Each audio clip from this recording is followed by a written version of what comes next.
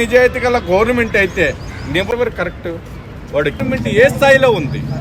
పార్టీలకు అతీతంగా ఉన్నా ఈ రోజు నిర్మూలిస్తాము. లోకేష్ గవర్నమెంట్ కూడా అంటే మన టీచర్స్ పైన స్టూడెంట్స్ దాడి చేస్తూ ఉన్నారు కదా, అలాంటి వీడియోస్ కూడా వైరల్ అవుతూ ఉన్నాయి. మరి మీరు ఏం చెప్తారు? అది ప్రకాశం జిల్లా ఉలవపాడు మండలం చాగుల గ్రామం అండి.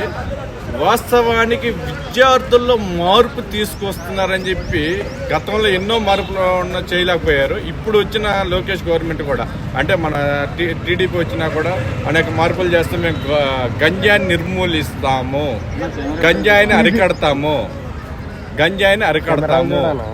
అలాంటి అవాంఛనీయ కార్యక్రమాలు కూడా దూరం చేస్తామని చెప్పారు. కానీ నేను పార్టీలకు అతీతంగా ఉన్నా. ఈరోజు నేనేమంటానంటే ఒక ఉపాధ్యాయుడిని కూడా కుట్టే స్థితిలో ఒక విద్యార్థి తయారయ్యాడంటే మన గవర్నమెంట్ ఏ స్థాయిలో ఉంది?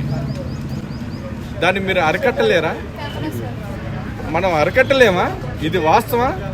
ఇప్పుడు ఒక ఉపాధ్యాయుని కూడా ఒక విద్యార్థి ఇచ్చి కొట్టే స్థాయికి కూడా వచ్చింది, కొట్టాడు. ఇది ఎంతవరకు కరెక్ట్?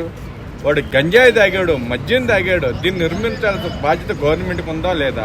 ఇప్పటికైనా చేతనే అయితే ఇలాంటి విద్యార్థులు తయారవకుండా ఉండాలంటే నీతి నిజాయితీ గల గవర్నమెంట్ అయితే, నిబద్ధత గల ఉన్నటువంటి గవర్నమెంట్ అయితే ఇప్పటికైనా స్పందించి ఆ విద్యార్థిని అత్యంత ఉరిశిక్ష చేయమని మనం చెప్పాం.